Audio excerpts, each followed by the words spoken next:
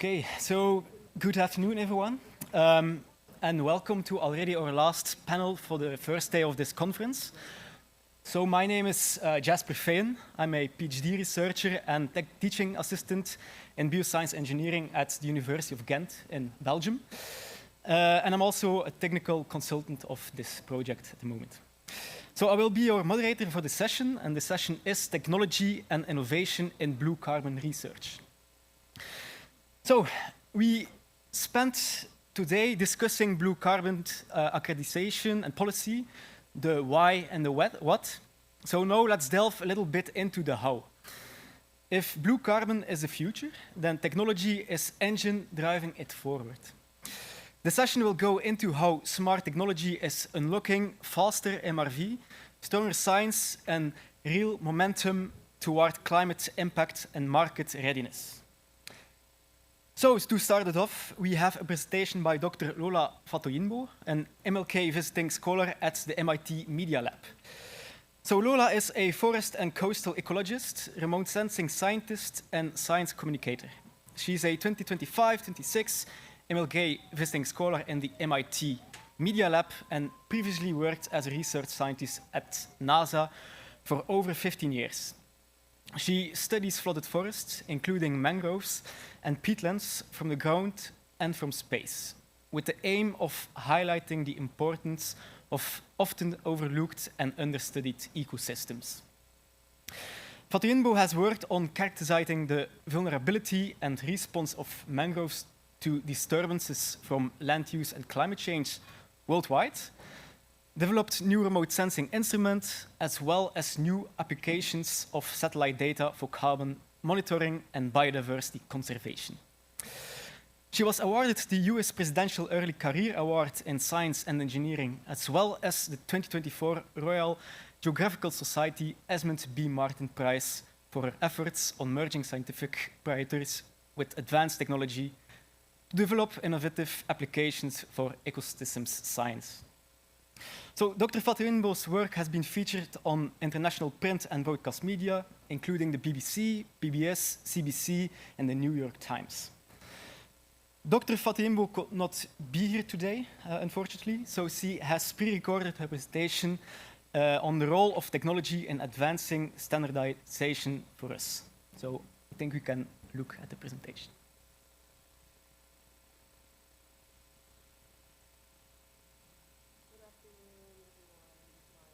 Apologies for not being able to be there in person.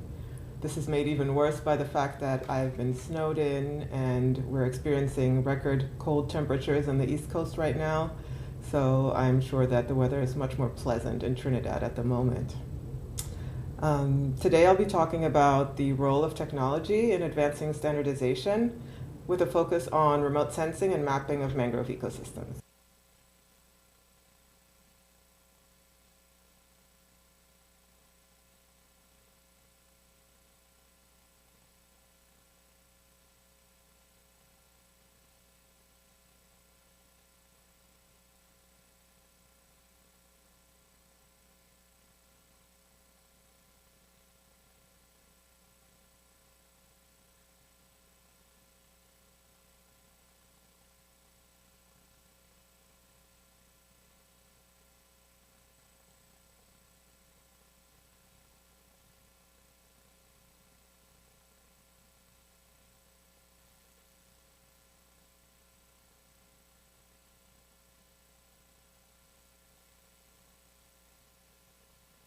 Dr. Letetia Addison is an educator and researcher at the University of the West Indies St. Augustine campus with over a decade of experience in tertiary teaching and statistical consulting.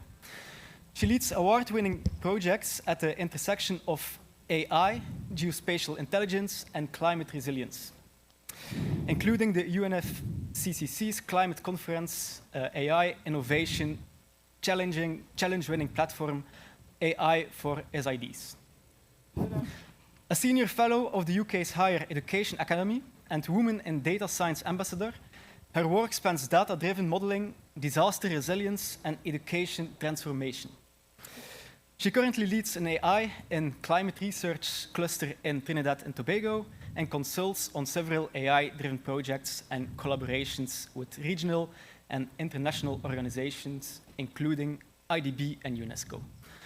So please welcome Dr. Addison for a presentation on challenges and opportunities in integrating unstandardized soil data into AI models.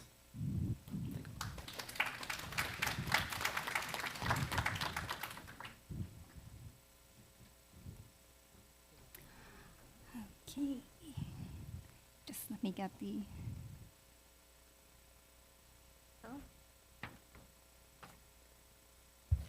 Okay, so good afternoon, everyone. I think I'll just wait for the presentation to come up. Really a pleasure to be here to speak on this topic today. Really very honored to be part, really expansive community of practice in this area. So today I'll be speaking, I know it's a very long title, but really challenges and opportunities. In a nutshell, my bio really says that I am a mathematician by passion and a statistician by training. And that will really come through when I speak to you about this idea of looking at what I would say is AI-driven modeling and how do we want to chart a way forward as it relates to this type of work, not only in the Blue Carbon project, but across the region regarding climate-related data and some of the lessons we would have learned in this project as I led the AI modeling aspect. So consider a few things. This is what my talk is going to be about. I usually like to start with the end in mind. So I'm going to tell you something that you already heard for most of the day from a lot of our speakers, the challenges, right? Unstandardized data is really the #1 bottleneck for scalable, trustworthy monitoring, reporting, and valuation systems. You notice I didn't put AI in front of that, because really and truly across the board, that is a challenge, regardless of if we use artificial intelligence or not. The idea of what we are using artificial intelligence to do, and if we really understand when we use the term AI, what are we really doing is another story. So I want you to think about this as a level of experimentation. Can AI help? Now, what is AI really doing? And you see I have here an AI-driven platform, but I also want you to think of the word AI here, replace it for a minute with a data-driven platform, because a lot of the things that we have been speaking about, and a lot of the turnover in these conversations is regarding data. And really thinking of a pipeline. How would this work together? So in terms of the experimentation, I use that term for a reason, and by the end of the talk, you'll see why, is we would look at this across various countries and make a determination as to how we can go forward with looking at building some sort of model in a regional sense.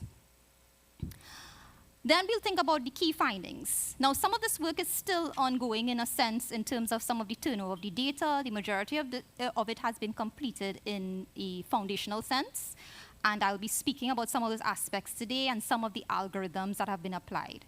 Really and truly in terms of data quality, structure, and of course, the types of observations and data sets that we would have had. And then a path forward in terms of AI as a diagnostic and scalable tool in national systems. Also in my other work for the other multiple hats that I wear as a UNESCO consultant for the national AI assessment, I would like to tell you that it's a really important, crucial conversation, and that's why I'm really happy to also be here to be a part of this, because I think it really speaks to what we can do nationally, and particularly with all the experts here thinking about how do we integrate these systems and what are we using them for. So this is a high-level summary. It has a lot of information on this slide. But the first thing I wanted to say was that when I came into this space, I am not the expert in this space for Blue Carbon. I'm the expert in the data-driven field, the artificial intelligence and statistical field. So I had to get an understanding, and I asked a lot of questions, Farah could tell you, in terms of what are we trying to do? Really and truly, what were we trying to do? And I believe one of the speakers on the last panel would have mentioned to you in terms of above ground biomass and those types of calculations, what was that? So I sat in the first meeting and I asked, what exactly are we trying to measure? And we have different aspects in terms of mangroves, really, really very interesting, vital information in terms of understanding. And I know Toby is here. I hope he's not rating me on my feedback on this, because he's one of the experts we'd have consulted with regarding how are we measuring this aspect and what are we trying to do. So the above ground carbon, or the above ground biomass in particular, is really the part of the mangroves that we can see. And this was the integral part of what we started with. I know for some of the other experts, you could probably tell me afterwards you would want to see the soil organic carbon component, and I will tell you why it was not an integral feature at this point in time. But overall, I'm giving you a high-level summary here, because the high-level summary is actually going to tell you, to walk you through what it is we were doing. And I always like to say, we should walk before we run. So keep that in mind. We want to develop a scalable AI method to estimate this above-ground carbon density in mangroves across the LAC region. And one of the main challenges, or reason you might say, why are we doing that? Traditionally speaking, most of you in the field would know it's very costly and spatially limited in terms of having only satellite-only models, which have accuracy limitations. Of course, AI and Earth observation data and that integration, as you could see in a lot of geospatial data that has been out in the open space. For some of you who use Google, there's also a huge Google repository for floods that has been on the market since 2024 as well. We can see that it's a really crucial time for us to be making these integrations, particularly now with mangroves. In addition to the satellite data that we have had consistently over time, there's also LiDAR data, and I know my colleagues at Coastal Dynamics could speak a little more about, how vast that LiDAR data collection is in terms of the data sets. But we were looking at using this data, these point images from either the drones or even aerial images, to supplement and to really boost the satellite data that mightn't be as robust. And really pull this data. It's really about pulling data into our pipeline, but at the same time, we are not magicians. So there are challenges with doing something like that at this level, especially when you have a lot of diverse groups coming together with different types of data. So really and truly what we did, remember I used the word experimentation, so keep that in mind, is we wanted to experiment with understanding what's happening in this space, bringing these together and building an AI-driven, data-driven, I would say, pipeline. Now, why I keep stressing on that is AI.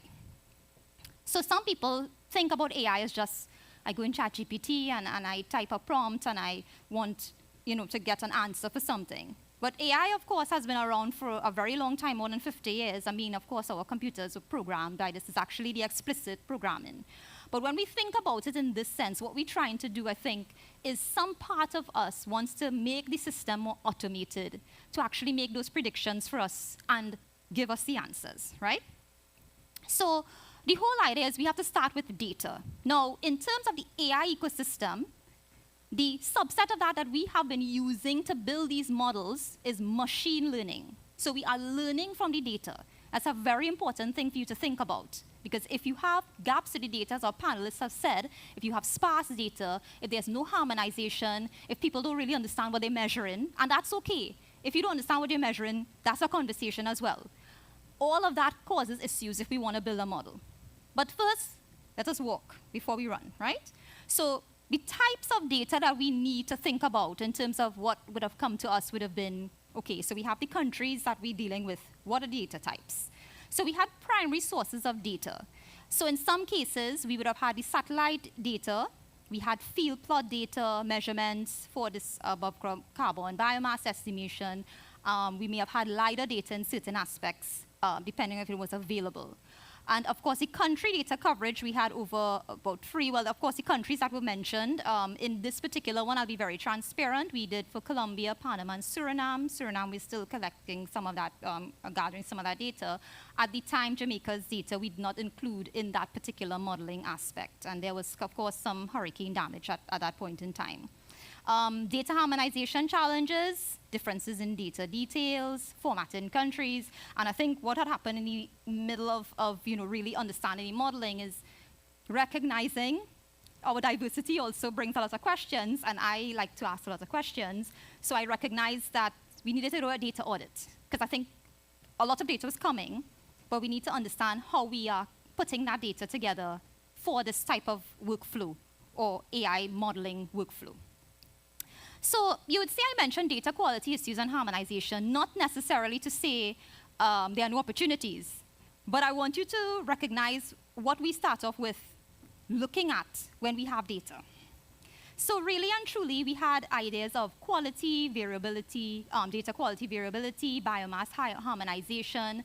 The cleaning and alignment and all of these things were really parts of a larger conversation that I don't have time to speak about yet, but I could speak about in the other parts of this conversation today.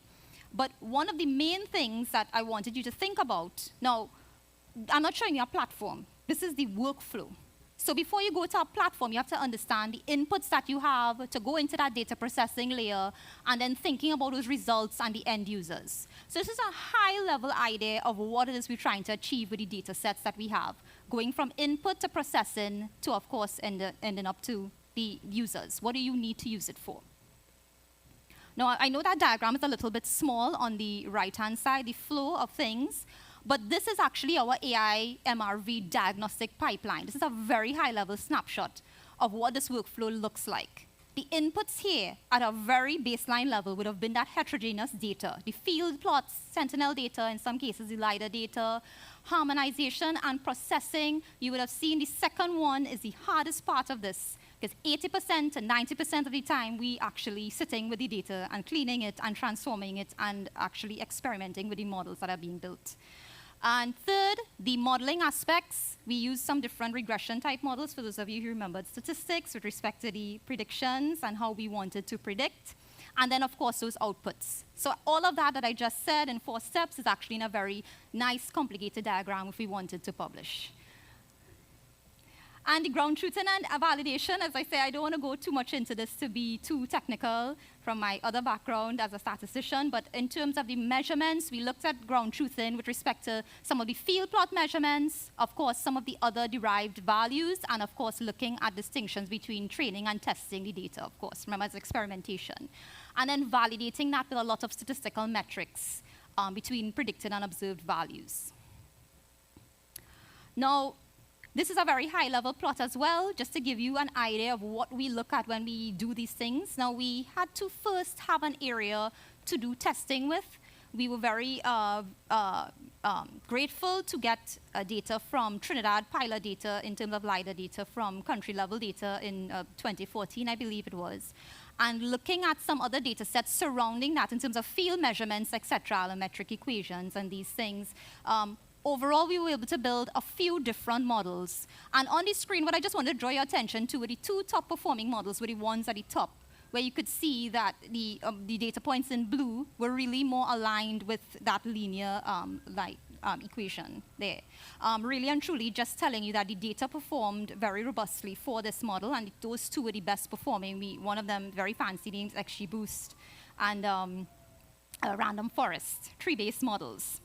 Now, what I wanted you to think about here is AI models must be validated against the field data before the monitoring, reporting, and verification process for the use. Now, this is not the data we want to use for the model. Remember, we wanted to do it for these countries, Colombia, Panama, Suriname, etc. But of course, we needed to train with something that we were familiar with in terms of the data that we used, and this data is actually from Caroni, the mangroves at Caroni Swamp. Now, this is the interesting part, and this is the transparent part. Not all the time you build something means that it's going to perform as well as you want, right? And I always tell my students, the p-value will not always be less than 0.05, and that's okay, right? But really and truly, this is the heterogeneous country-level model. This is the baseline model based on the data that we have. Remember, the data is important, right? So the idea is, in terms of what happened here, I just want to draw your attention to the really nice, colorful-looking graphs. Some of the models for the countries, for Colombia and Panama at that point in time, for the data sets that we had were very sparse and heterogeneous field data, insufficient to learn specifically from the robust satellite relationships. We did not gather all the LiDAR data at that point in time because the countries were in different phases of collection. However, we did have, in the terms of the Suriname data and some of our plots there, because I know I have 1 minute again, In terms of the values, we were able to see that the model is performing well, and we actually have a lot more plot data that we are collecting in that aspect. Doesn't mean at the end of the exercise, it's just the beginning of the exercise. But this is just to tell you, this is what happens when you are trying to build a workflow and model. You have to do a lot of experimentation. Remember, this is not a black box model. I'm not throwing this into a GPT and telling it, build this model. We are doing this from scratch. So we have to do a lot of experimentation and gathering of the data. And just a few different insights that I just wanted to tell you on a very broad level, since I know I'm close out of time, is some of the insights we would have gathered, a few good things and a few bad, well, a few lessons, right? So country-specific model performance at that point in time, the models using only satellite data at country level were very weak in terms of predictive performance because of the limited data availability.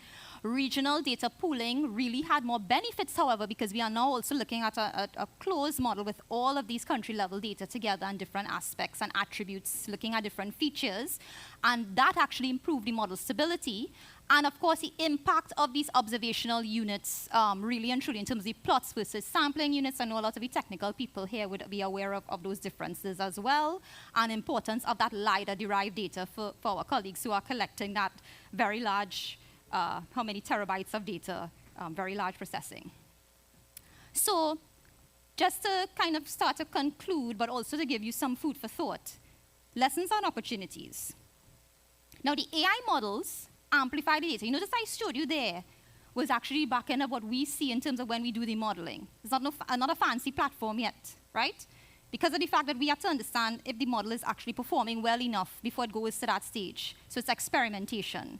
Without the standardized soil organic carbon inputs, however, the models would underperform, and the transparency about its limitations is very critical.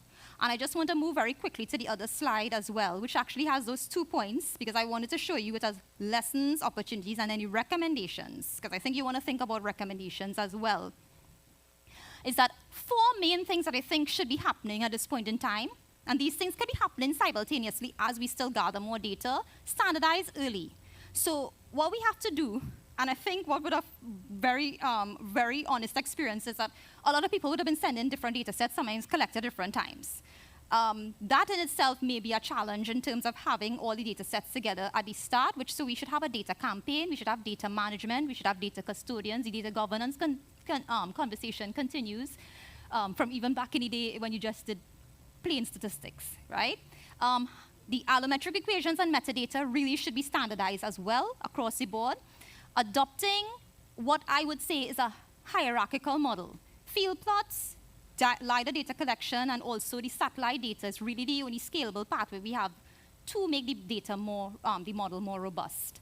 And actually looking at calibration and validation is not just primary training sources of data, because we need to continue this. This is an ongoing process, right? And to end off, what I really wanted you to think about, because I know we have a lot of different technical people in here, what do you do then now moving forward from, like, say, you want to start to build this into a pipeline into something larger, say a platform? I would say, as I said, walk before you run. So I'll end with the same thing I started with. Diagnostic use, short term, yes. That's where we are right now. So I would say use the AI outputs that we have diagnostically to understand the data gaps and the limitations and apply those results. I would say in the medium term, and I would have mentioned this to some of the persons who were in the training a few days ago, last week as well. If we want to go a little more medium term after this point, integrate those outputs into looking into consistency checks and scenario analysis. This is not a today for tomorrow approach. This is something ongoing. And strengthen the metadata standards. Right now, but the data that we've seen, the metadata standards need to be strengthened, and the data about the data needs to be strengthened. What are we measuring? Is this really the accuracy of what we're measuring? Is this what you want to measure? And then long term, where you want to be is putting this into the national pipeline, but it still has to have these consistencies checks, and of course, having these AI-supported estimates along field data for reporting and transparency. So I will just end up by saying, this is where I think people want to see this AI workflow go, from the national field data and LiDAR data into this workflow, into all the diagnostics, into the national reporting. But the biggest barrier is something that we already knew, which is the data governance and the coordination, and the standards in terms of the soil organic carbon as well, in terms of what parameters we're collecting for that exercise. So I would just like to thank you very much for your time and attention. Two things I want to show you on the screen. One to the left is a training we did last week. A lot of what I said here was in a larger training with a really nice compact notebook for those of you who want to interact with that to see what we do on the back end. And also to the right is a GitHub repository, because we are very open science, so we want to be very open source and transparent without putting out the data from the persons who gave us the data. Some are open source and some are not, but they are very transparent guidelines about the process we follow, because that's very important for us to have that collaboration. I thank you very much for your time and attention.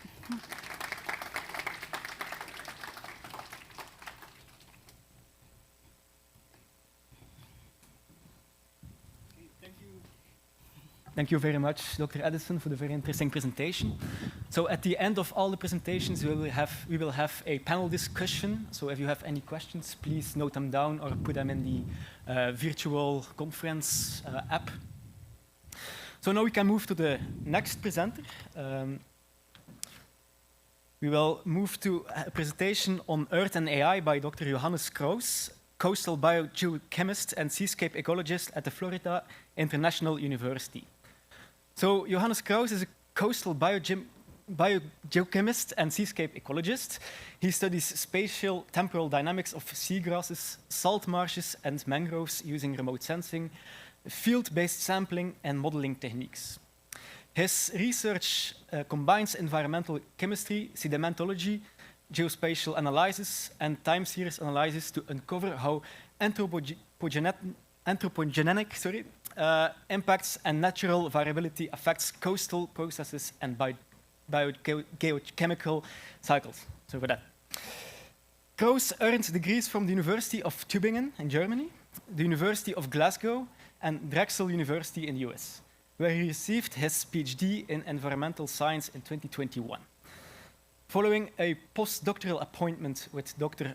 Furkurian at Florida International University, he is currently assistant research professor at the Seagrass Ecosystems Research Lab at FIU's Institute of Environment.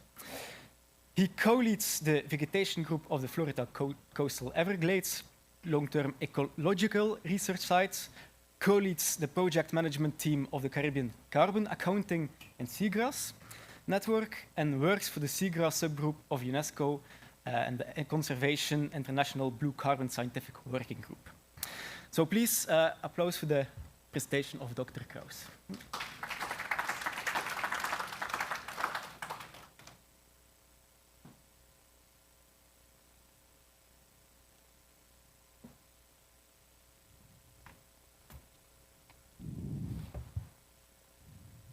All right. I think I'm going to use this one for the presentation. Thank you. Yeah, thank you very much for the kind introduction. Sorry for all the complicated words in there. Let me see if this clicker works. Okay, nice. All right. Yeah, I would like to thank the organizers for the opportunity to speak to you today as well. It's been a great session so far. And I hope everyone is still sufficiently caffeinated late in the afternoon. So I would like to start my presentation by framing blue carbon from a science and technology standpoint, kind of as a construct of three main pillars of research. And they all kind of interlink and they depend on each other. But the first one is, from a scientific point of view, we really want to understand carbon cycling in these blue carbon habitats.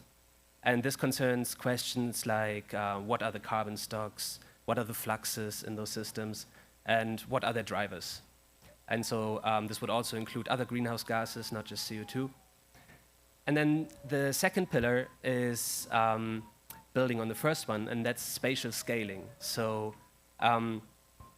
this really to get from the per area estimates that we get by looking at a specific plot to local, national, regional, or maybe global estimates. And then the third pillar would be temporal scaling. So how do blue carbon systems and their services change over time? So this knowledge is really what we ultimately seek to be able to evaluate management interventions or the effects of habitat loss or restoration activities and so on.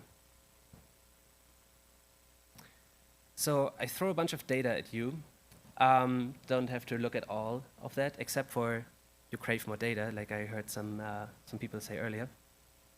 Now, this is basically our state of knowledge at the moment of the 3 pillars, and they do differ a lot by system. So we heard a lot about mangroves today, and mangroves really are the poster child of blue carbon systems. Not only do they have the largest carbon stocks per area, and maybe globally, we also just know them the best, and the estimates that we have for them are relatively well constrained. So I guess this is also making it easier to invest in them, to deal with them. You know, we know a lot about them. In contrast, I would like to highlight here seagrasses that really lag behind.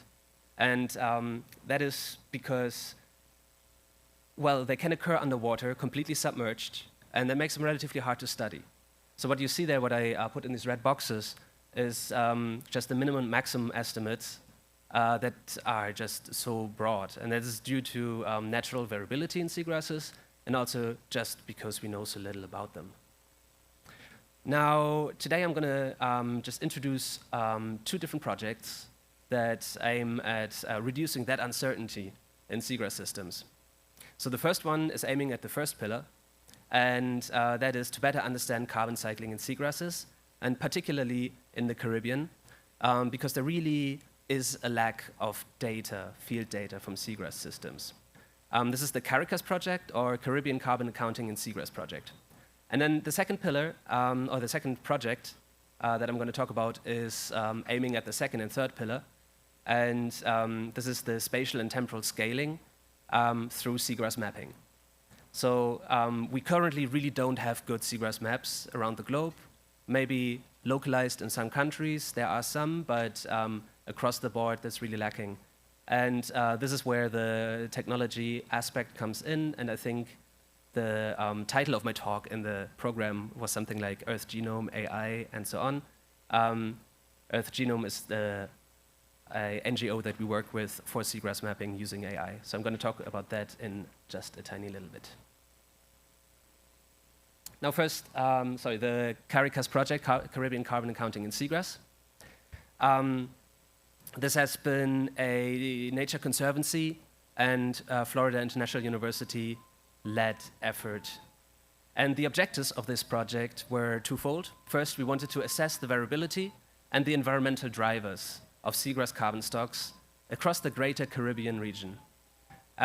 We wanted to address this data gap that existed, and we really wanted to do this in a co-developing workflow, working with as many local players as possible, and then building capacity by providing training and instrumentation, and also learning from local actors what are the localized problems that these data could address.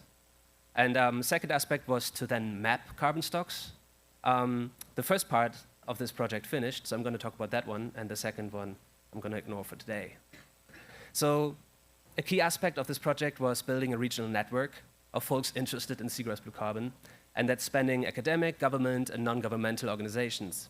And we've been really amazed by the feedback and enthusiasm of all these people that wanted to collaborate and work on this with us. And so some of these institutions are represented here today. I'd like to shout out the Institute of Marine Affairs. Their logo, unfortunately, is, I think, hidden by my face. But yeah, folks, UWI, of course, folks from Invimar are here. So this has been really a great experience just interacting with all these people. And together we collaborated to survey seagrass meadows across the entire greater Caribbean region. So from Trinidad to Guatemala, from Panama, all the way up to Bermuda. So this is the region that we chose because it's the same species of seagrass growing across this region. You would think that Bermuda is maybe a little bit far out, but because of the Gulf Stream and the heat transported, ecologically it's pretty similar. So what we have managed to do is we attracted 28 partner organizations to come together, work across 21 countries, and collect 76 sediment cores from 76 different seagrass meadows, 562 biomass cores. You see the numbers.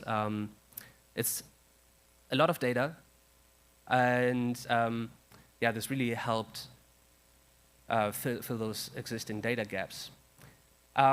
One strength of this effort, I think, was the development and implementation of a standardized seagrass blue carbon survey protocol.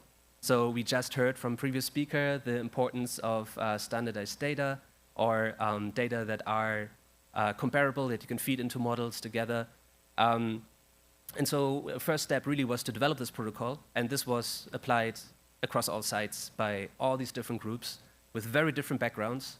There were some workshops and some training, but then really, yeah, these completely different groups were able to implement this protocol and produce data that are harmonized, standardized. All of those data are available on the Coastal Carbon Atlas. So that's a repository for soil carbon data for everyone interested. And if you want to use this protocol or just have a look, you can scan the QR code and you can find it there.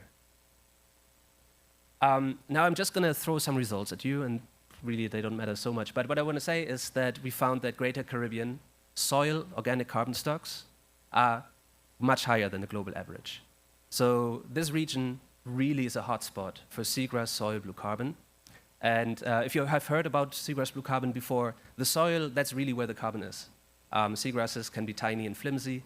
There's very little biomass in some cases, so you really want to look at the soil. But what you also see, I think, is this huge variability in those soil organic carbon stocks.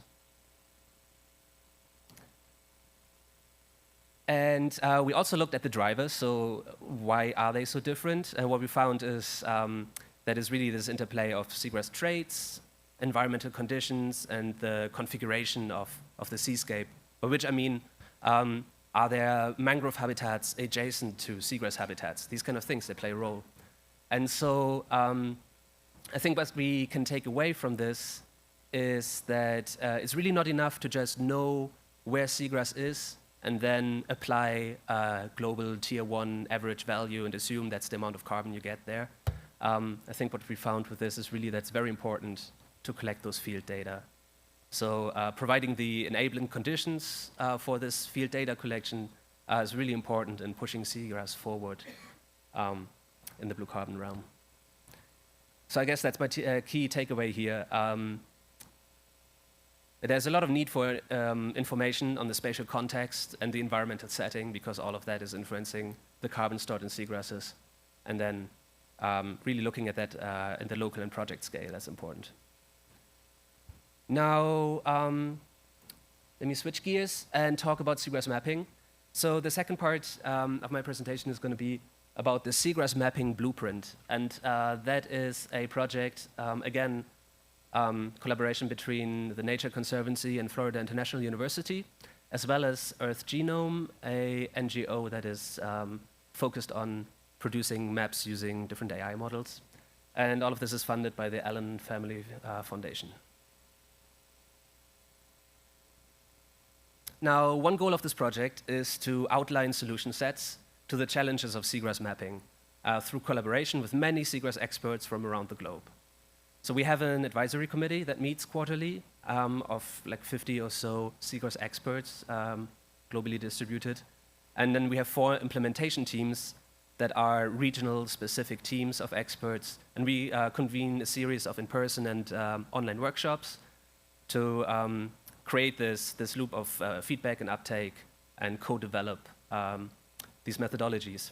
A second goal is to co-develop a scalable seagrass mapping methodology that uses cutting-edge AI models. And finally, we aim to provide the baseline data and a mapping blueprint that can be the foundation for seagrass conservation and restoration going forward. So this includes data harmonization, what we talked about before, to take all the seagrass data that is out there globally and kind of vet it and categorize it and put it in a format that is harmonized and then can be used by anyone who wants it. So a few of the outcomes that we hope to get to with this project are we really try to provide these missing elements to enable investment in seagrass. Experience with the mangrove world, mangrove blue carbon, the mangrove breakthrough, and so on, shows that credible maps are really essential for catalyzing investment because it helps scoping and siting, investment from governments, donors, and so on. So we hope to develop a mapping blueprint that is local to global. So a global approach to create regionally fine-tuned maps that are informed by local efforts. And I think lastly, our emphasis on community engagement is meant to drive alignment so that there's uptake and people actually want to use these maps. So we don't just produce stuff and throw it at people. The deliverables are going to be a digital repository and public-facing website that hosts the data, tools, and models. And then along with that, there are going to be training materials and a technical report. And this is really a big chunk of the scalable part of this project, that these things are accessible, open source, and relatively easy to apply locally. So once this project wrapped up, we hope that people can just run with the outcomes and do their own thing with it. Now, this is the project structure. Don't want to delve on this too much, but you see there's the advisory committee I mentioned earlier. The core team is just made up of some folks from Earth Genome, FIU, and TNC. And then the implementation teams, that's what I mentioned before. These are in different regions, and I show you the regions here. So these are the target geographies. That's where we implement and create those maps first. The Caribbean is one of them. And then the US East Coast, Mediterranean, and Southeast Asia. So within these geographies, that's where the bulk of the work really happens. And I was told I have 1 minute left. So I have 1 minute to explain foundation models. So this is the AI part of this. What are foundation models, why we're excited about them? And I just give you like a little overview. Without being too technical, in traditional machine learning, you usually need a large amount of labeled data to then train a model, get a map. Foundation models, they put a step before that in which you let a model self-train on a lot of data that don't have to be labeled. And then you use that model and you can fine-tune it in the traditional way with some labeled data. But like the bulk of the model architecture is already done. And so in Seagrass, that's important because we don't have much data.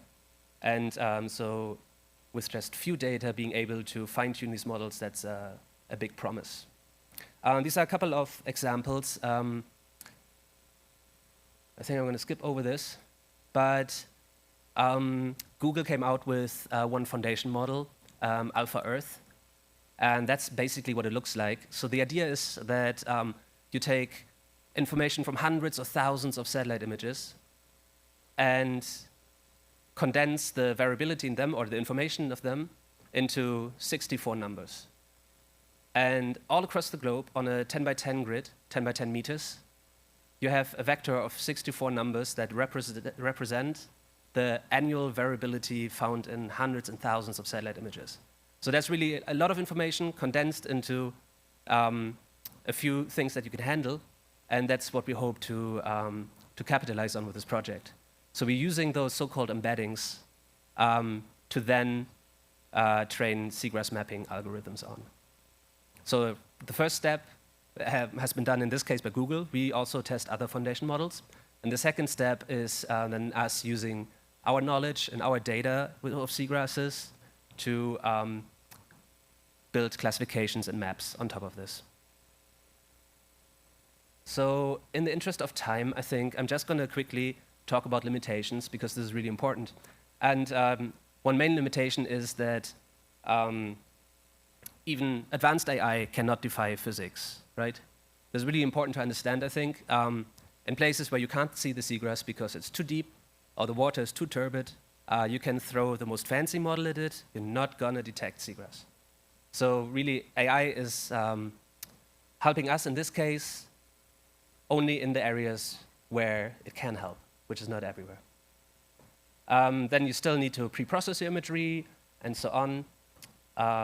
There are a few limitations in terms of spatial resolution, but I guess overall, I could close with this, that ultimately what really matters is not the specific model and how advanced or fancy it is.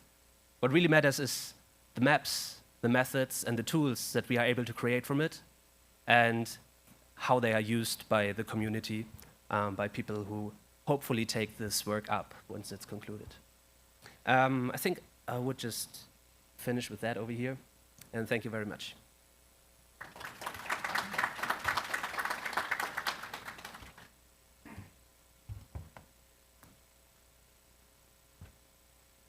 Okay, thank you very much, Dr. Krause. Very interesting presentation. So I'm told that the presentation of Lola can come next now, but we will need about a minute, half a minute to change the screens. So let's just wait for that half a minute and then we can check the presentation.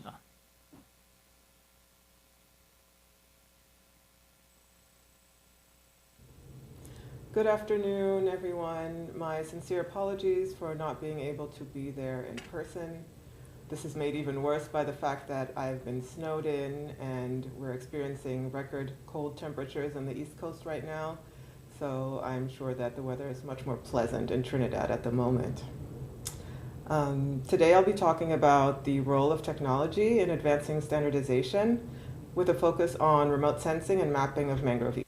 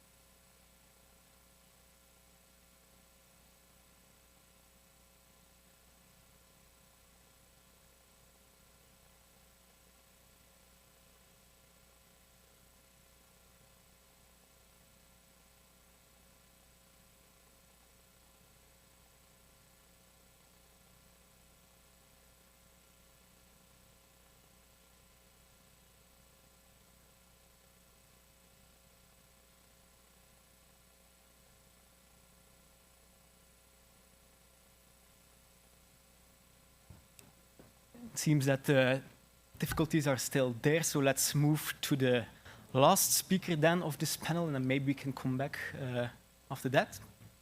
So for the last or semi-last presentation of the panel, we have Dr. Johannes Krause. He is a research assistant professor from the University of Tennessee in Knoxville. So Dr. Krause is a plant ecologist who research focuses on the understanding the physical mechanisms underlying variability in plant biomass, form and function at multiple scales. He is a research assistant professor in ecology and evolutionary biology at the University of Tennessee and is involved in a diverse array of projects, including developing general models of plant form and function, analysis of regional, continental, and global scale distributions of plants' functional traits, using terrestrial laser scanning, drone LiDAR, and other remote sensing approaches to improve biomass estimation in mangrove forests. Dr. Krause was awarded a Discovery Early Career Research Award from the Australian Research Council in 2012 and has been awarded the Murray F. Buell, Tom Damon, and Forrest Shreve Awards from the Ecological Society of America. So please welcome Dr. Krause.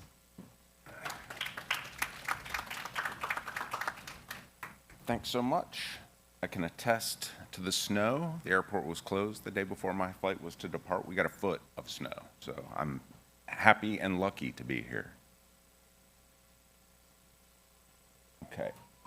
I'll have to go quickly. This is a lot to cover. So I've been asked to cover a few hows, and I have some more experience in some of these areas than others. The areas in bold in particular.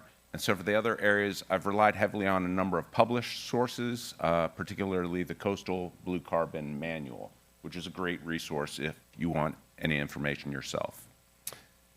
So we're talking about quantifying blue carbon pools. These pools are above-ground pools and below-ground pools. Our above-ground pools are live plants, dead plants, litter, and branches. The below-ground pools are roots and soil organic matter, and these can be in seagrasses, marshes, and mangroves. The first step in undertaking something like this is usually some sort of stratification, where we're trying to delineate areas based on similarity due to species, age or size, coastal morphology. And the idea is that samples within a strata are more similar than samples across strata. And remote sensing can be of help in delineating strata as well as local expertise. Plot design, this depends a lot on the question of interest. If you're interested in the influence of gradients on your vegetation, you might want a linear transect. However, if you want to meet the assumptions of random sampling, then you would probably want randomized design or a grid-based design. How many plots do you need? There are formula to estimate this. This comes from Pearson et al., and it's a function of the error that you are willing to allow. This could be 10% precision, the sample statistic from the t-distribution, and the standard deviation of your stratum. Now, you usually don't know that ahead of time, so you might do some initial sampling to get a handle on what that is, and that can inform your number of plots. The size of the plots, this again depends on your question of interest. If you're doing long-term community monitoring, you might want larger plots, often with a rectangular design, so you can set down stakes and find them again. If you're interested in biomass estimation, you might want more smaller plots to capture the existing variability in your strata. A nested plot design is often used, so smaller plots capture smaller things, larger plots, larger things. Now, the cornerstone of a lot of this work is allometric equations, which we've heard mention of during a lot of talks today. And if you're working in Biscayne or Guaratiba, you might think, okay, these forests are very different. I need a localized equation.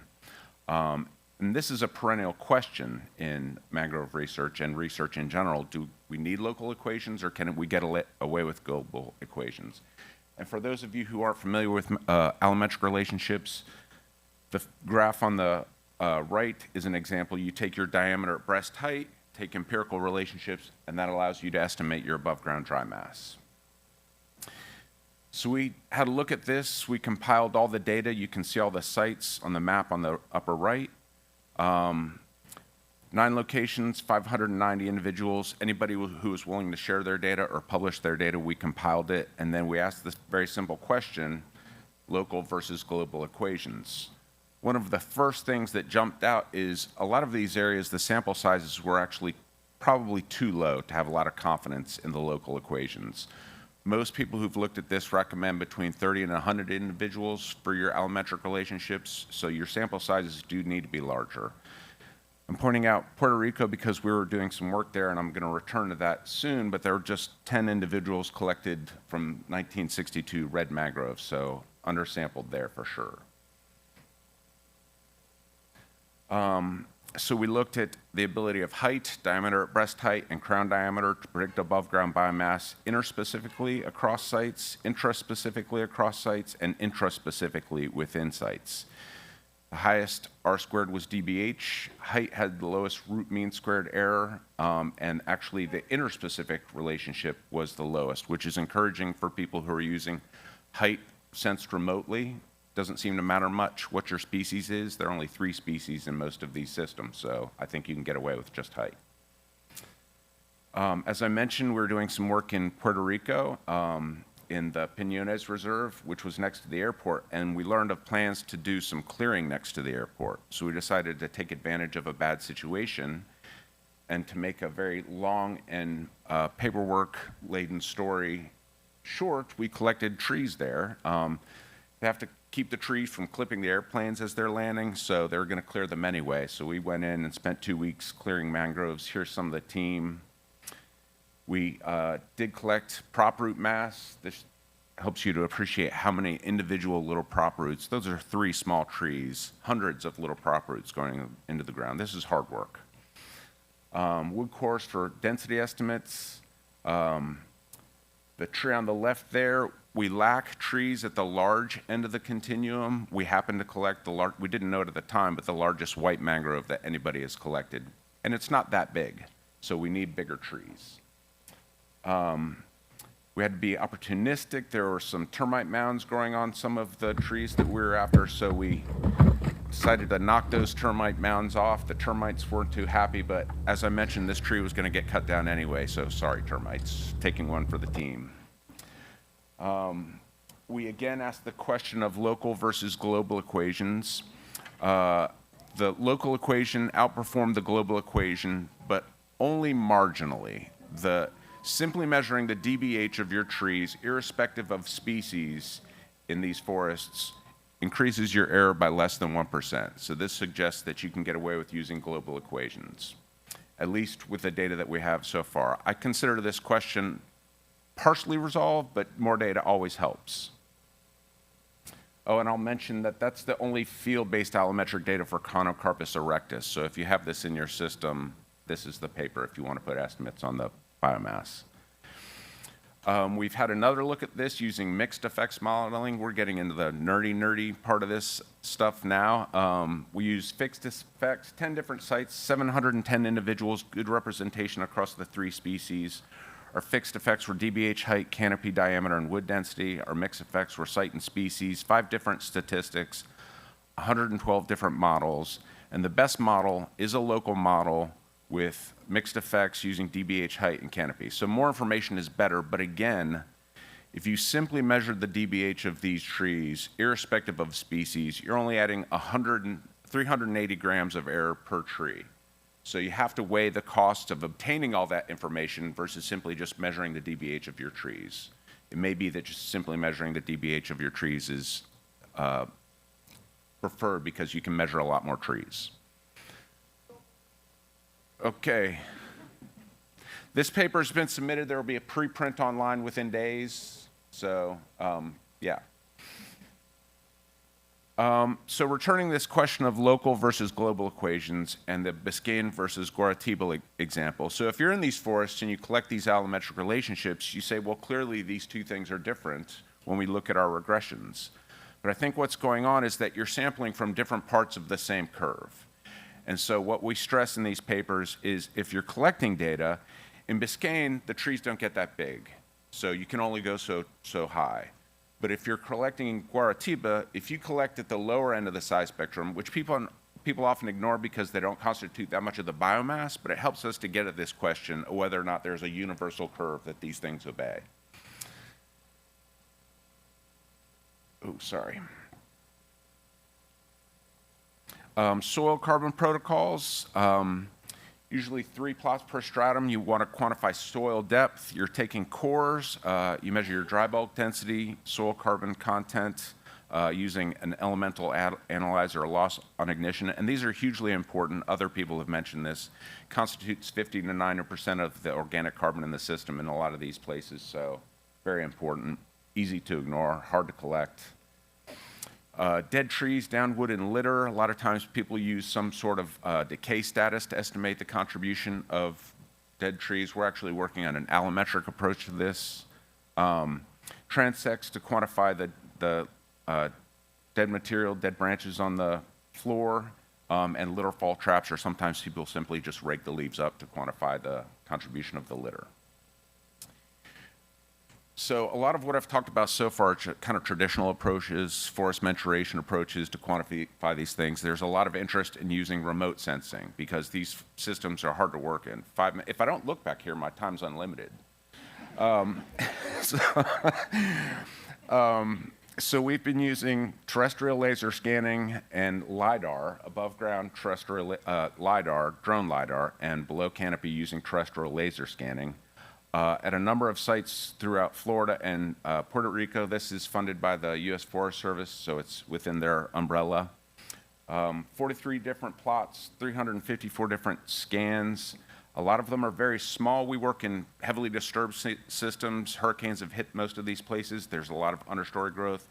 Very hard to get good scans, and so we've had to have a pretty concentrated scanner setup. So we did collect some data in Puerto Rico. We were able to scan some of the same trees that we harvested. This is rare data. You don't get an opportunity to do that this often. 36 total trees scanned and harvested. I wish we could have gotten more, but we only had 2 weeks, and so this is what we were able to do. But we do find, so we take the point cloud that we get. Many of you may have not have seen this before. You get your point cloud. You pass it through cleaning algorithms to remove the leaves. It recognizes planar data versus cylindrical data. Then you get a quantitative structural model, which is an estimate of the individual cylinders that make up that tree. You multiply that times density, and then you can add back in leaf mass allometrically. And we found a pretty tight relationship between our measured above-ground biomass and our quantitative structural estimate of the biomass, an R-squared of 0.96. So we're pretty happy with this. You get your drone data, colorized point cloud. You separate the ground points, canopy height model. And then you can use an approach called individual tree detection. This is for finer scale data. There are different algorithms for doing this, one of which is a watershed approach. There are other ones that are superior, but we use the watershed for this one. And at first, when I was looking at these, I was like, you know, how good are those actually in terms of capturing? I believe the height, it's the canopy size that I don't have as much confidence in, but I've plotted it against our empirical data for where people have actually measured the crown diameters of these different species, and the overlap between the individual tree detection relationship between crown diameter and height and the empirical data is very strong. The statistical relationship, these two lines are indistinguishable. So this is encouraging. We've used this to estimate biomass. This is up in Cedar Key, Florida. We compared data from 3DEP, which would be comparable, I think, to some of the plain LiDAR that I've heard is being collected regionally here. And our biomass estimates from that and high-density drone LiDAR are very similar. So this is encouraging, despite the wide difference in point density. Cross-site calibration. This has been a topic of conversation throughout the day. I don't feel qualified to add too much more on this other than to say I think local equations are technically better, but you might be able to get away with global equations. If you're thinking about using TLS, I think you seriously need to think about the cost-benefit analysis. TLS is very time-intensive, expensive machinery. The density of scans to get good data is pretty high versus the accuracy. We've quantified some of the accuracy. It's not as good as you might hope it was versus simply measuring the DBH of the tree, which has an R-squared usually higher than 0.95. So I hope I'm not like souring things here. I know people are very high on TLS. I've done a lot of it. It's pretty noisy. And I do think that there's a role for drone LiDAR. He's not flashing me a time limit. So I'll make a plug. We're compiling a global allometric database for mangrove allometry. This is also through the Coastal Carbon Network in collaboration with Andre Revai. Acknowledgements, thanks, and I have a minute left, so I'll just make a plug for, so there are autonomous drones coming out that can navigate among trees. This is a data set that's available online at the Leica website. The robots are coming. You can segment these into individual trees and then, do a slice at DBH height to estimate your diameter breast height. So for a lot of these places where it's really hard to get in, I do think we'll be using drones in the future to measure DBH, and you can go above canopy to measure both. So I think that's coming. So with that, I'll take any question. Oh, I won't. I'm just so used to saying that, and I'm going to go sit on a panel. Thanks.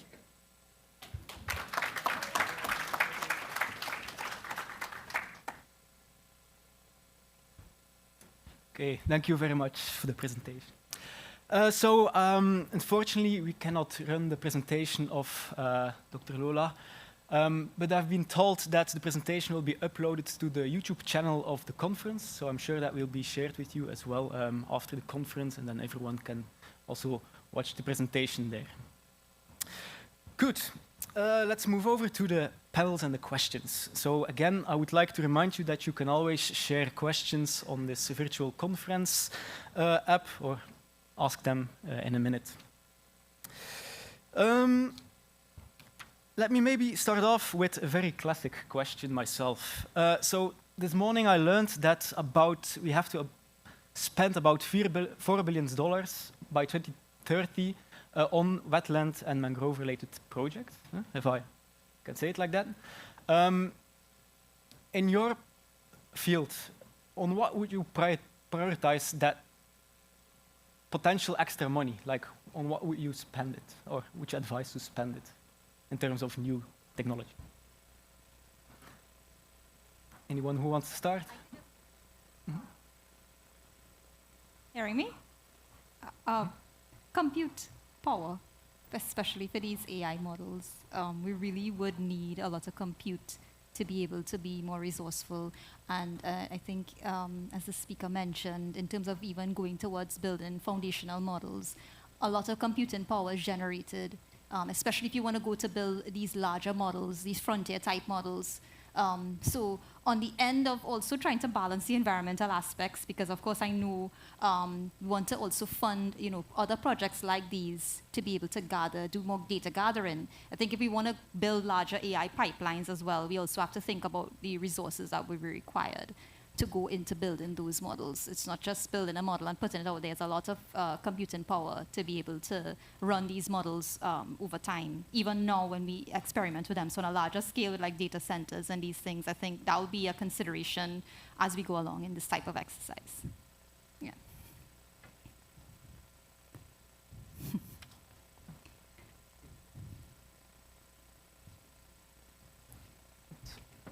No?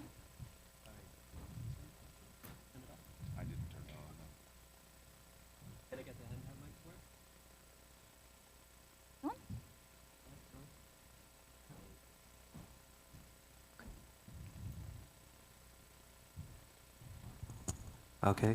Okay. Amazing. Thank you very much.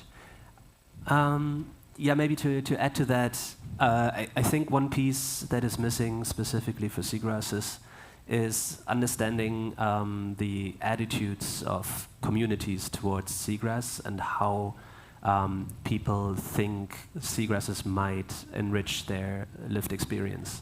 And I think there's a lot of need for translating, finding out, first of all, that information, and then translating that into policy action.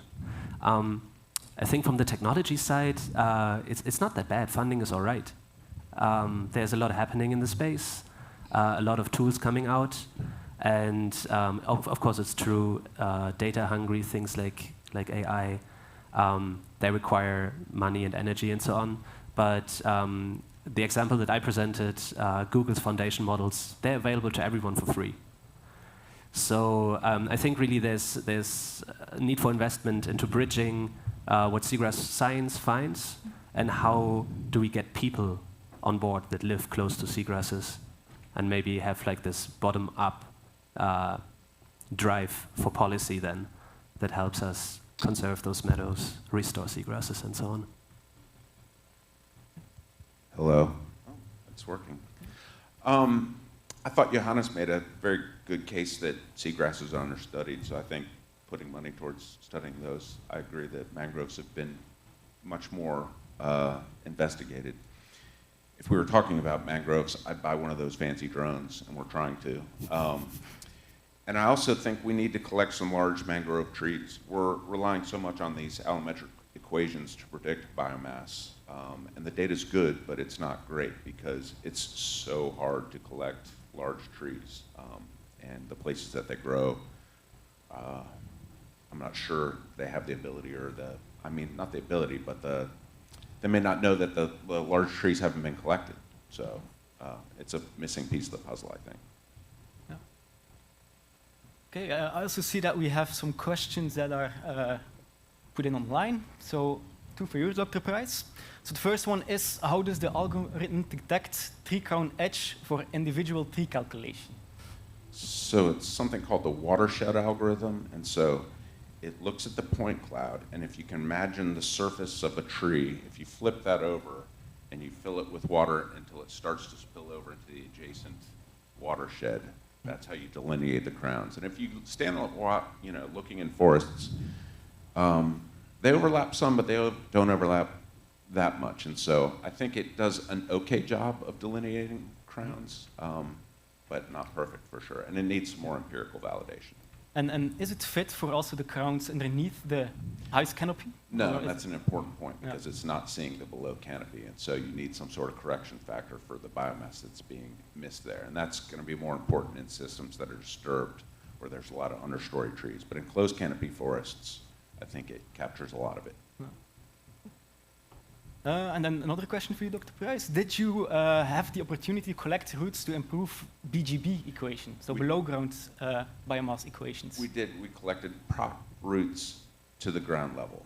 And so I think soil cores are probably the best way to go to estimate below ground carbon. But we do have equations for prop root mass, where we are, it's only the red mangrove prop roots. But we're compiling a global database of prop root mass as well. So, Cool. yeah.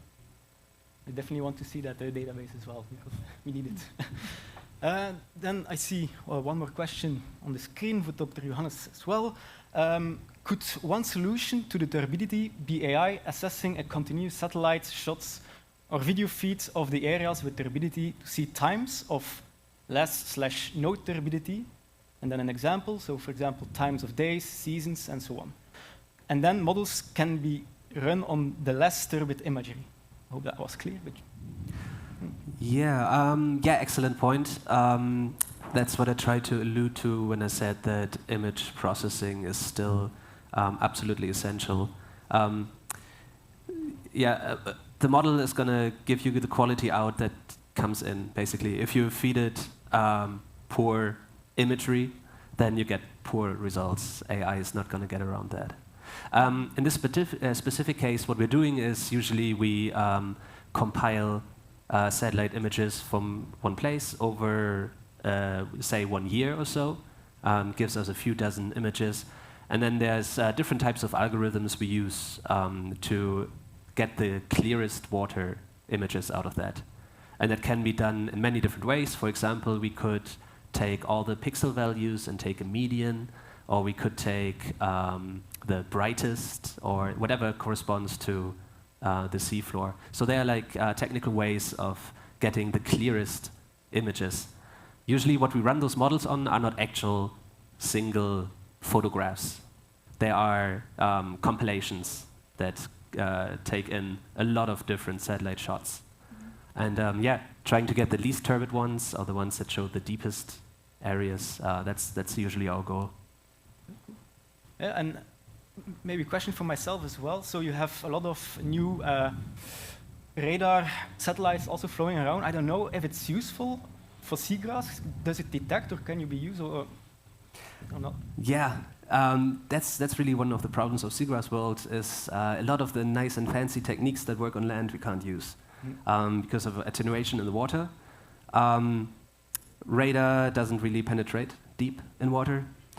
Same with LiDAR, although there is bathymetric LiDAR, so you can use, I think it's a green laser, a specific wavelength that gives you, at least like for the top 10 meters or so of water, some information.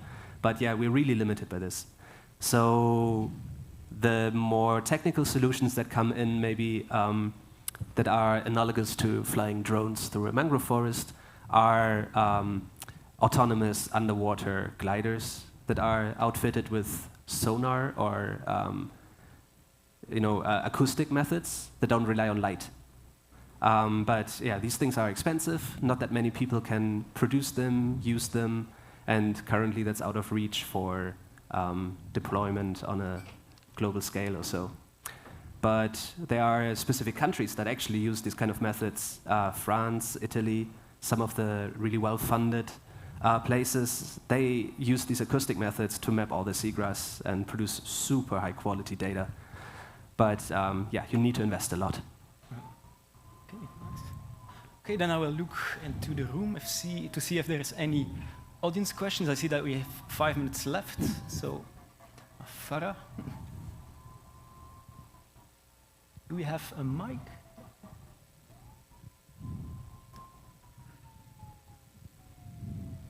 Dr. Krause, I saw you had a partnership with 28 organizations. So tell me, did that happen organically, or you all sent out fishing lines? And what was the process like? How long did it take? Yeah, so it was not super organic, so we didn't just meet people on the street. We sent out emails to our networks and encouraged those people to reach out further to their networks and try to snowball our way to a critical mass. That said, I'm sure that there are some scientists or some people interested in seagrass in the region that we didn't reach. And it's unfortunate, but I think it's really hard to prevent that. What we really based this on, though, was something that was mentioned earlier, the CARICOMP network, which really was, I think, the inspiration for this CARICAS network, in that we really try to take some lessons out of that. So we started with that network, actually. And I think that's how we also got to work with the IMA and folks in Invermar and so on. But yeah, it's word to mouth. How do we say that? Yeah, trying to encourage people that heard about it to tell others and so on. Okay, thank you. Professor Naipaul.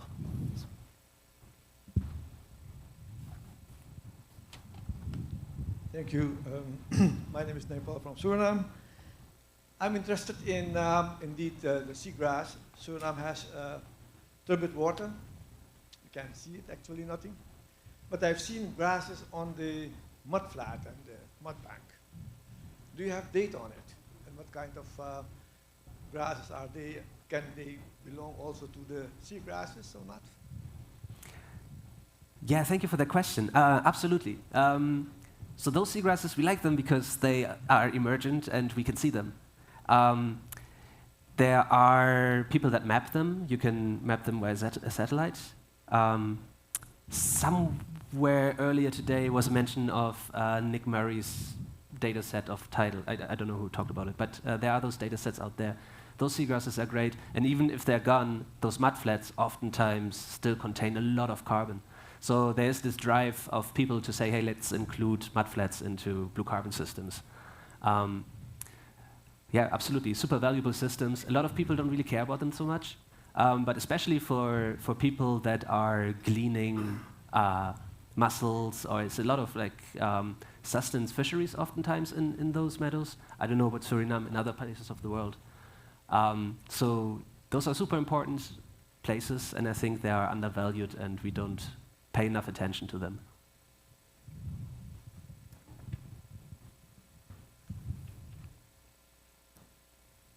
Okay, maybe I have, I see there's one more question.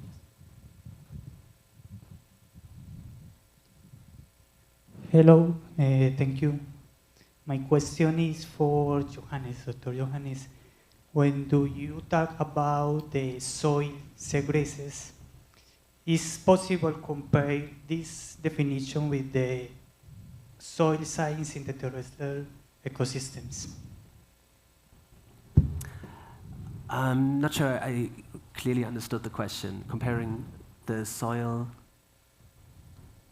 Could you repeat that? Yes. When do you talk about the soils in the seagrasses, is possible compare the science with the soil science in the terrestrial ecosystems? Thanks. Yeah, gotcha. Absolutely, yeah. I mean, we treat seagrass soils pretty much the same way as mangrove soils or salt marsh soils. I'm part of the Blue Carbon Analysis Lab at FIU, and we have similar methods for analyzing those different soils. Maybe you want to use a different type of cora or something specific, but generally speaking, those are very similar methods. Yeah. Okay. Final call. So I think then we can conclude this session as well. So you're also out of time. So please then join me just in thanking our speakers for the really insightful discussion that we had and the presentations. So thank you very much.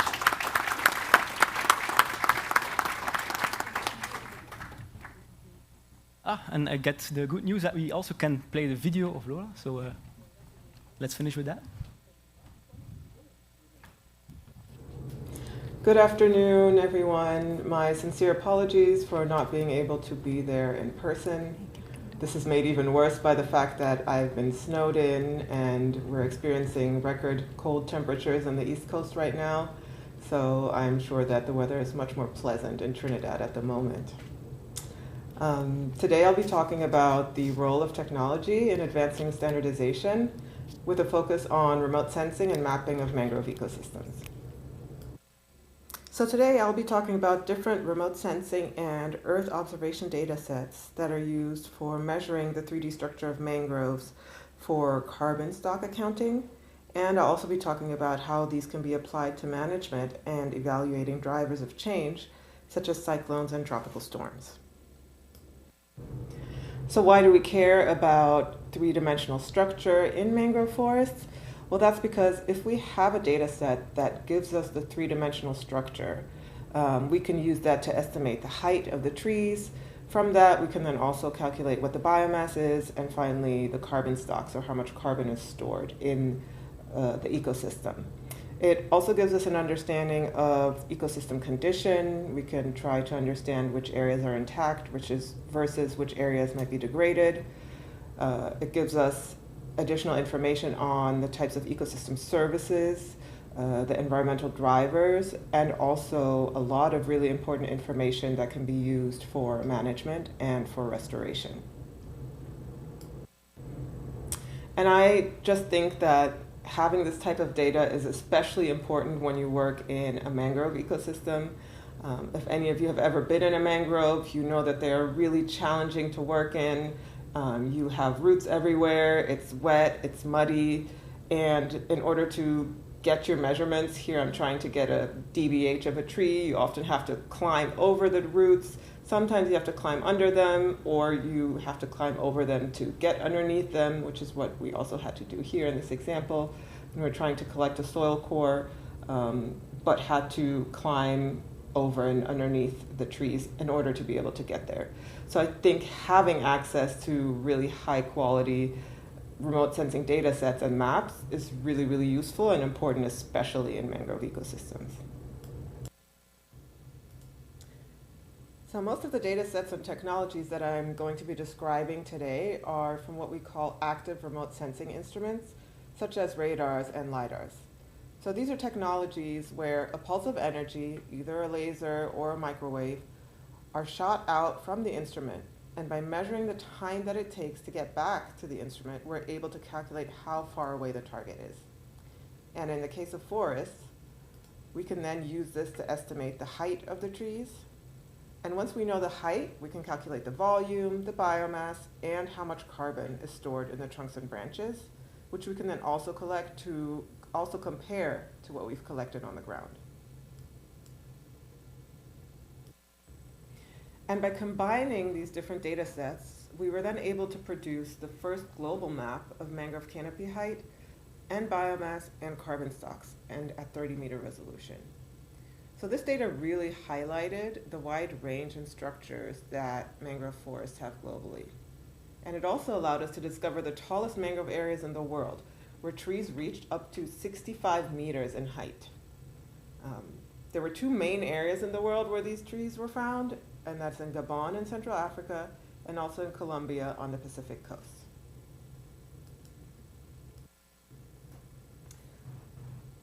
And I'll be honest, at first we didn't believe our own map when it said that there were mangrove trees that were that tall.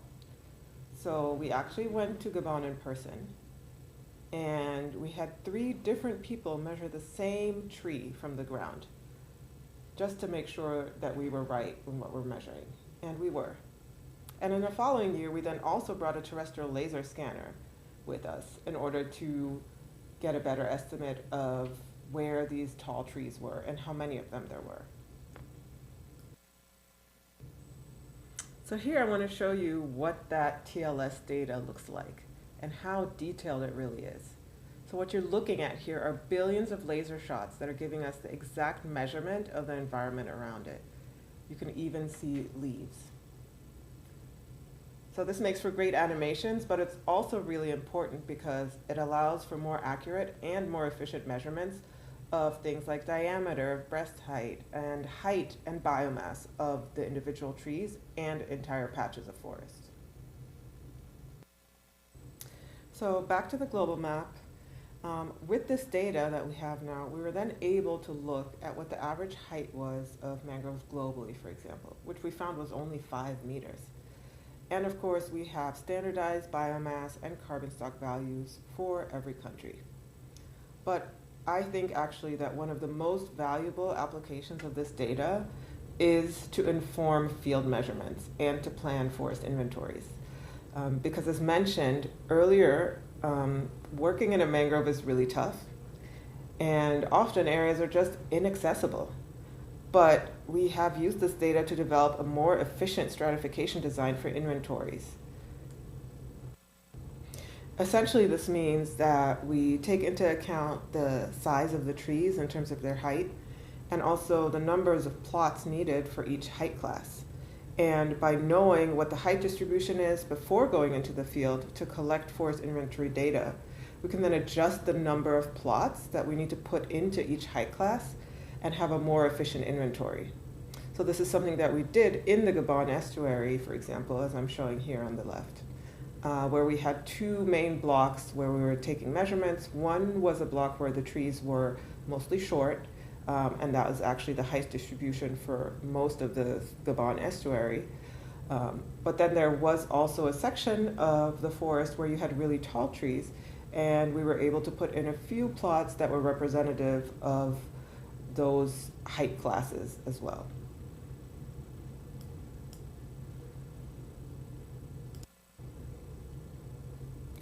And we've also been able to produce an updated height map from the original one that was from the year 2000. So now we have one at higher resolution and also at higher measurement accuracy. This is now available at 12 meters resolution with a height accuracy of plus or minus 1.2 meters, which is similar to what the average accuracy is of measurements when you take it in the field. The previous map for comparison had a height accuracy of about plus or minus 3 meters. And you can either download the data directly from the NASA website, or if you want to just visualize it and look at the height measurements and biomass maps, please go to our online app, which I'm showing here, where you can see both the 2000 era and also the updated mangrove canopy height maps. Now, we have not yet published an updated biomass and carbon estimate, but hope to soon when we have updated field inventories from around the world. In fact, we've assembled over 3,000 individual plots of updated inventories, but if you do know of any that are not on this map, or you have some to share, please do let me know and contact me directly. So now I want to move on and provide an example of how this 3D data can also be useful to help inform hurricane recovery and also resilience. So we know that mangrove forests are often the first defense against hurricanes, tropical cyclones, and associated storm surges. They protect the inland areas and livelihoods from these extreme events. And even though they often bear the brunt of the storm, they're usually able to recover. But what we've noticed is that with increasing pressures on mangrove ecosystems like freshwater diversion, land use change, sea level rise, and the general degradation of environmental conditions, and coupled with increased storm frequency and intensity, we've noticed that these mangroves may no longer be as resilient, and we have to ask ourselves if the mangroves are going to be able to keep up with climate change. And is there anything that can be done from a management perspective to improve their resilience or their ability to withstand the storms? So this was especially timely when we were in southern Florida, where there have been many and more mangrove ghost forests, i.e. areas of dead standing trees that are not regenerating after these storms. So in this study, we were able to collect the first time series of LiDAR data ever collected over southern Florida, and in general, I think this was the first time series of LiDAR data collected over mangrove forests. So in 2017, an instrument called G-Light, which had a LiDAR instrument, collected pre- and post-storm data after Hurricane Irma as part of this first large-scale study on structural damage of hurricanes in mangroves. So we had already collected data in 2015, in April, and also in April of 2017. Then Hurricane Irma came through exactly the sites that we had been collecting data. And we were able to go back in December, so 3 months after the hurricane, and collect post-hurricane data. And then luckily we were also able to go again in March of 2020, so 2.5 years later, and see how the forest had recovered and grown. We combined multiple data sets in the study, including canopy height and loss from LIDAR, canopy damage and fractional vegetation cover, and loss from satellite imagery. We had a mangrove species distribution and elevation map, and models of maximum wind speed and storm surge. And all of these together then allowed us to estimate recovery times and resilience of different mangrove areas. And this helped us understand which areas were the most vulnerable and predict where the mangroves would be least able to recover after the storm. And we found some common patterns that were leading to different abilities of the mangrove to recover. Especially mangroves in poorly drained sites were not able to recover. About 73% of these died off permanently. In fact, it was the storm surge and the subsequent ponding of the water that led to mangrove dieback. Because these areas were under stress from hypersalinity and eutrophication, and the tidal flow was interrupted, and they received so much water from the storm surge. And in South Florida, this meant that the areas that had black mangroves or Abyssinia were the most affected, even though these are also the areas that are, or these are also the species that are the most salt tolerant. So we predicted that those areas with Abyssinia that were also cut off from regular tidal flow from the storm would be the worst hit and wouldn't be able to grow back. And we were unfortunately correct. This resulted in the permanent die-off of about 10,000 hectares of mangrove and the formation of these ghost forests. And we again collected TLS data here, and you'll see how different it looks in this forest, and also how much further it's able to collect data because how open the forest is.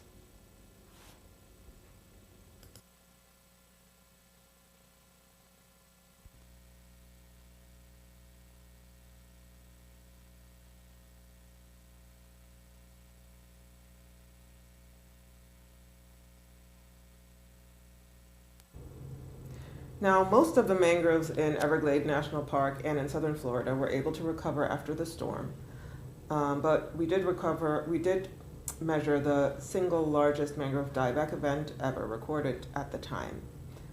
And I think this data is just really useful for informing restoration and management, because now we know that if you're able to identify and monitor these vulnerable low-lying areas, this is really essential for mitigating permanent forest dieback from sea level rise and future storms, for example.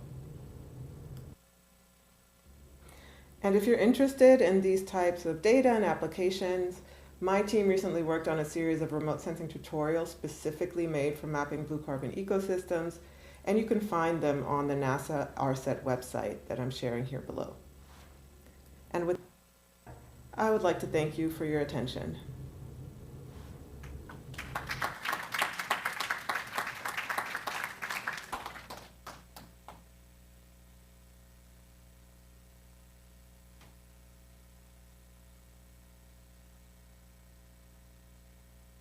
Good afternoon, everyone. So as we started, so shall we end. You'll get to see me again for another 10 minutes.